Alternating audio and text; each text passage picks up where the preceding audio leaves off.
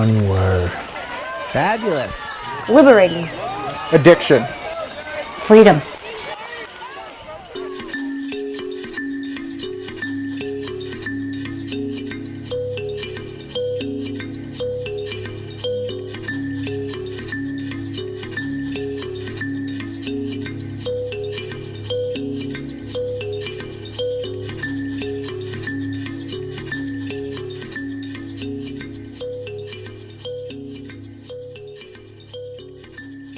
I was working with a friend of mine, Jim, and Jim said, after work, we're going out to Williams Lake, we're going to take a run. I'm like, okay. Didn't quite know what that meant. And we went in the dark. We didn't have any gear like we do today. We ran in really dark roads, back roads of Rosendale. And it was great. I couldn't see 4 steps ahead of me. Boston, 2003, my fastest marathon ever. 3 hours and 20 minutes. It was my favorite. Heartbreak Hill was a snap. I was afraid of that, but there was nothing to it. It's a good part of my life. I trained really well for it. I weightlifted, ran a lot, and then I crushed it. I had a dream to run there for 23 years and I couldn't commit. I drank too much. It took me a long time to get there, but I got there. It was maybe longer than 20 years, but I couldn't commit to the training, and then I finally was able to when I got sober. And so it meant a lot to me. I lived there, and I ran on .com Ave, as I call it. I trained on that road. And then the day I got to run it in the race, it was cool. It's very addictive. My best addiction I ever had. I've had tons of great running memories. Just even sometimes when I'm just out on a run after work or on a Saturday with people or by myself. Yeah, there's tons of good memories. Sometimes you meet people on the trail. You end up running with them. All kinds of good things happen. And I love my crews that I run with, the people I run with, my favorite daughter. I got a lot of good people I run with. I hit the wall a lot. All my marathons I hit the wall. You get to this point and you just get depleted and you don't know what happened. You're delirious. It's kind of cool in a way. It's you get a weird feeling, but you know you're like just done. And somehow you keep on running. It takes away all the noise in your head. Whatever's bothering you, go for a run and you forget all about it. Yeah, you can either sit on the couch or go for a run, and running's better. I just love to run. The results from running are amazing. Running's the greatest. After I get done running, I feel like Superman. Running with the big dogs, you sit on the porch. That's what I always say.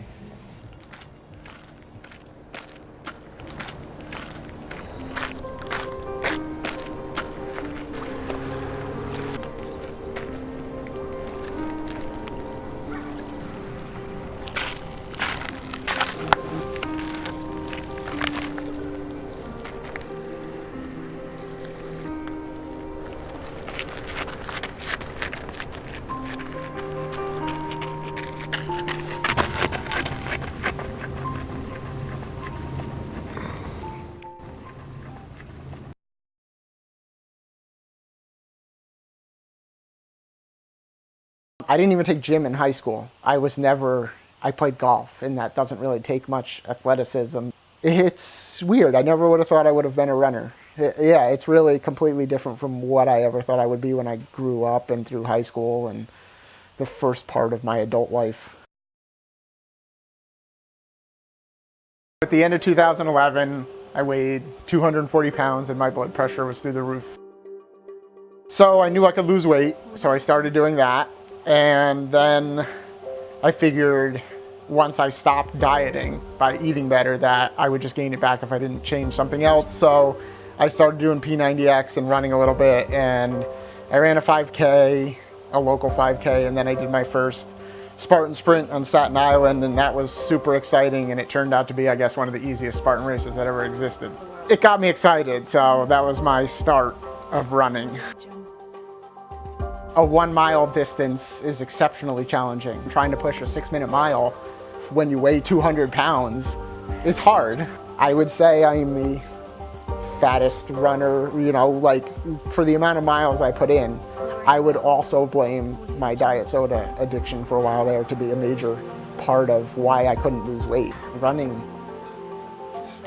somebody asked me, you know, how do I start running? And I said, you put one foot in front of the other a little bit faster. And that's really all it is. In 2012 probably is when I started running that's when I ran 76 races. Back and then it was like, okay, I wanted to run a marathon. Okay, well if I do 3 in 90 days, I can be a marathon maniac. And then if I do 50 in a year or 30 in different states in a year, I can get to the highest level. So that was kind of initially what was driving me, was like to get to these highest levels. And it's moved past that now. It's not about doing that stuff anymore. It's just about running. The only time I wanted to quit was at the Vermont 100 miler when I got to mile 70 and I knew I still had 30 miles to go, and I had run so much and I was just so burnt out and I didn't want to run through the night, so I decided I was done. I didn't want to run anymore, and that was the day I broke my running streak too. That sent me, I went downhill after that. It takes a lot out of you, and that's kind of the addiction part of it, where I had been running so much and then I stopped, and mentally I went downhill along with my running.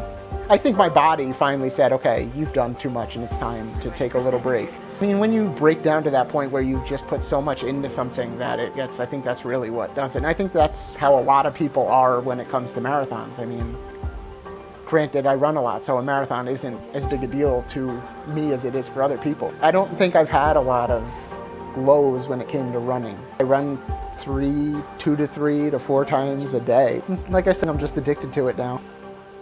It's become that I'm very impressed with what a human body can do, especially for someone who's not fit per se. So I have a horrible memory, and I think that's part of what drives me to continue running, is I forget a lot quickly of how painful things are. I like being able to walk afterwards now, right? I think that's something that motivates me. When I get to the end of a marathon and everyone's limping around and I can just walk back to my car, that makes me feel good about myself. It makes me feel like, okay, I've put in enough training to the point where, okay, it doesn't bother me to go out and run a marathon anymore. Running makes me feel like a better person. I'm much nicer, I'm enthusiastic and cheerful. My life is completely different since I started running. What I look up to now is the people who have continued to run through like their whole lives. That's really, I don't want to just stop one day. I can't imagine stopping at this point. Yeah, I'll just drop dead one day running. That's what I'm hoping. I mean, it's a good part of my life. I enjoy it.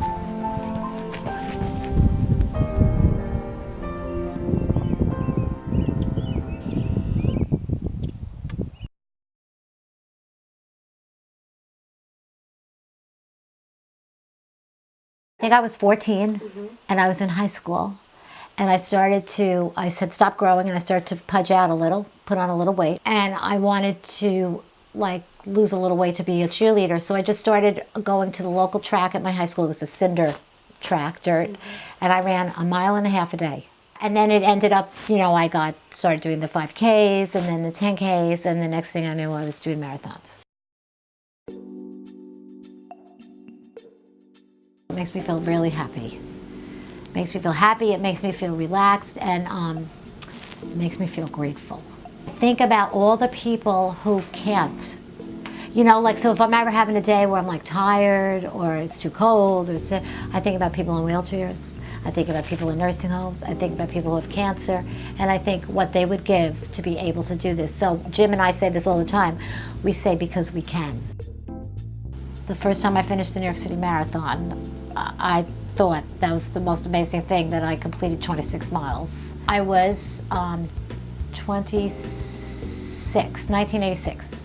I ran it basically by myself, and then my dad, who was 57 at the time, jumped in unofficial around the halfway mark and helped me for the second half. He ran like a bandit. You know, he put on a number and then he dropped out before we got to the finish line, which was pretty spectacular. It made me feel like I could do anything. I started my dad on running. We used to do all the little local 5Ks that, you know, and we used to hold hands and go, oh, feet don't fail me now, you know. He had migraines, and I started my running in high school when I was only 14, and one Saturday he woke up and he had this terrible migraine, and I'm like, Dad, I'm going to the track to run, you want to come with me? And he said, I have a terrible headache, a migraine. And I said, well, you can't feel any worse. So he came with me, and the headache went away, and that I kind of got him started. We used to run a lot together when I lived home. Running, I consider it part of my wellness program. It's getting out of the house, it's communing with nature. I do a lot of trail running, and sometimes when my thoughts start spinning around in my head, if I just go for a run, it just calms my anxiety. It's almost saved my life. So it's changed me in so many ways. When I run, I feel like I'm strong, and my body has a purpose. You know, it's almost like when I was pregnant with my daughter, I felt like good about my body because it was creating another human. So running makes me feel empowered. Yeah, it's changed me in so many ways. I ran the Vermont 100 kilometer last July, which is 100K is 62 miles, and that was the longest I've ever done. And it was on the anniversary of the day my brother passed away. And it was almost like a spiritual experience because it took us like 19 hours, so we ran all through the night. And there was a little rain, and then there was like a rainbow, and the stars were out. So that was like, up to date, that was probably my most magical event. So my brother died from running. He had a stroke. Not really from running, but he had a pre-existing condition of high blood pressure, and he ran the Hard Rock 100, and he had clear symptoms that he was stroking, and he refused to stop, and he died. But he died doing what he loved. So I had a lot of fear, you know, for me doing long distance events because my brother died. It's just better to honor him instead of sitting home crying, you know, to be out running because he's not here to do that. I guess, yeah, I am addicted to it. If I can't do it, I can substitute other things, you know, like indoor aerobics or a spin, but it's not the same. So I wish everyone would get outside and move. Certain people, if they had more physical activity outdoors, I think the world would be a way better place. Running is a huge part of who I am. I feel like it just makes me a better person. It makes me a better singer. It makes me a better mate to my partner. When I was teaching it, I feel like it made me a better teacher. Running enhances everything else I do.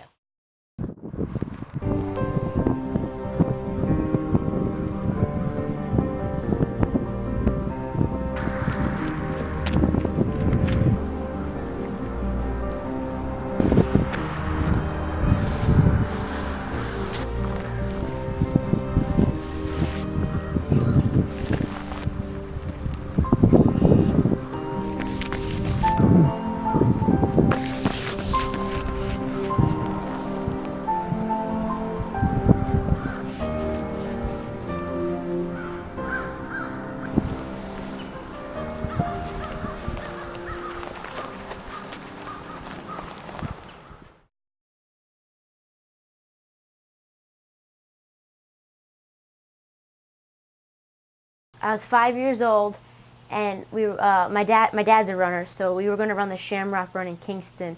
It's 2 miles, it's flat, it's downhill, it's the easiest run, and we trained to run it. And I remember I was like the youngest kid there, I was in first grade, and we practiced. When we got to the finish line, we ran in backwards. I don't know why, but that's what we did. That was the first time I ever ran. When I run, there's moments that are extremely hard and painful, and everything hurts, and you question your sanity of why you're out here, and it makes me appreciate being alive. Feeling that pain or struggle, whatever it is, and then finishing and being like, wow, look what I just did. It makes you really appreciate being alive. Like, there's a thing, I don't tell people, but every time I run, there's a point, somewhere beautiful. I always like, thank you for being alive, and thank you for letting me be here.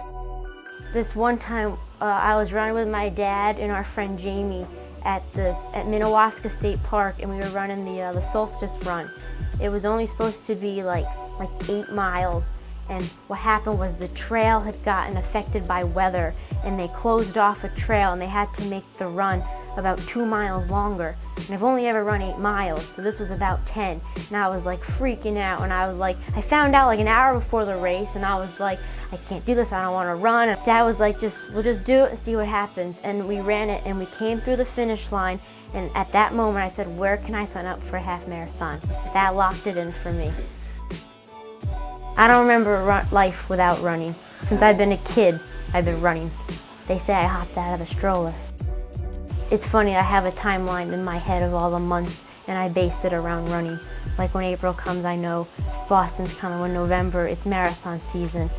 The winter's kind of slow, like my timeline goes with running. So it gives me something to look forward to in the springtime. I mean, we've made a lot of friends from running too, so it definitely shapes the year for me. New Year's Eve or day, it was 0 degrees. 0 degrees. It was freezing out. We debated going or not. I went to a race up a mountain nonetheless that was like covered in snow. It's 0 degrees. The wind might as well give you a frostbite in 2 seconds. But we got there and there was like 60 other people. We're like, oh, so we're all a little nuts, I guess. Being with other people makes you motivated.